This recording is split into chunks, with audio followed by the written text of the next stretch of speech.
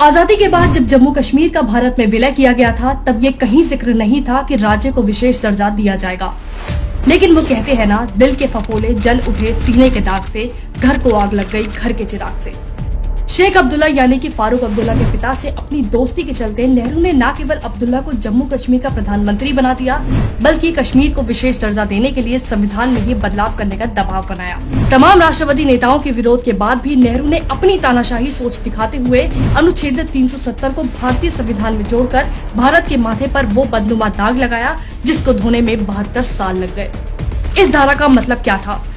अनुच्छेद 370 का मतलब ये कि एक देश दो झंडे और दो विधान। अनुच्छेद 370 का मतलब था एक देश पर दोहरी नागरिकता।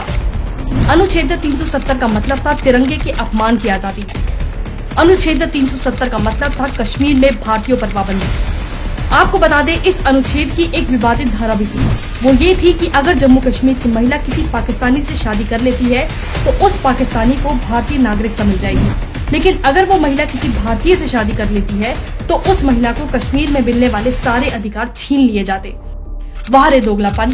हम आ भी भरते हैं तो हो जाते हैं बदनाम, वो कत्ल भी करते हैं तो चर्चा नहीं होती। डॉक्टर अंबेडकर ने धारा 370 को तैयार करने से किया था इनकार। अनुच्छेद 370 पर अंबेडकर ने खत लिखकर नेहरू की इस बेतुकी सोच की धज्जियां उड़ाते हुए नेहरू को चेताया। आखिर क्यों भारत जम्मू कश्मीर की सीमा की रक्षा करे, यहाँ सड़कों का निर्माण करे, अनाज सप्लाई करे, साथ ही लेकिन कश्मीर पर भारत को सीमित शक्तियां और अधिकार मिले, ये तो भारत के साथ सरासर विश्वासघात होगा।